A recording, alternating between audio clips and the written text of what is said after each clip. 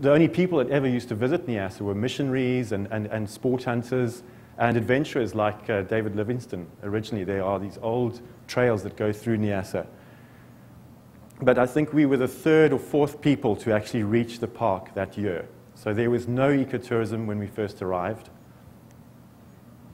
And we were backed up by Dr. Mike Fay. In the same year, you might have heard of the mega flyover that National Geographic did a while back with the Wildlife Conservation Society.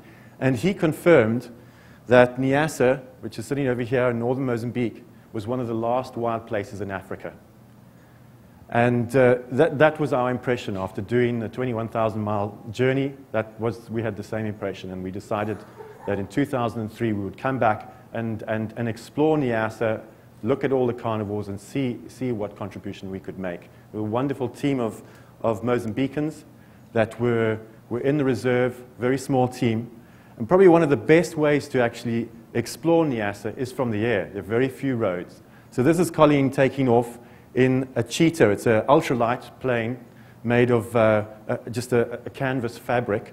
And we're tracking lions. This only happened this year because it's taken 8 years to get the first aircraft into the reserve. And this is the Lugenda River. It runs for close to 200 miles. It's the lifeblood of Niassa. And there's game everywhere, and also communities. There are some 35,000 people that live in Niassa. It sounds like a lot, but in fact, this is one of the lowest densities of humans in Africa. And there are these tremendous inselbergs that rise up through the woodlands. It's a truly spectacular setting. And we live on this river, and we have all our lions around these villages, and that's where we're spending most of our time.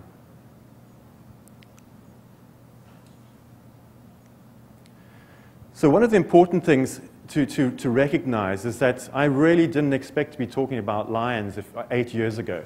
I've always assumed that lions were doing fine. The serious issues were with animals like tigers and cheetahs and the big cats that are have just a few thousand left. But in 2006, lion conservationists from around the continent got together to try and see where lions were still present. And the disturbing news was that, in fact, there were probably less than 30,000, in fact, by now, far less than that, 30,000 lions left in the wild.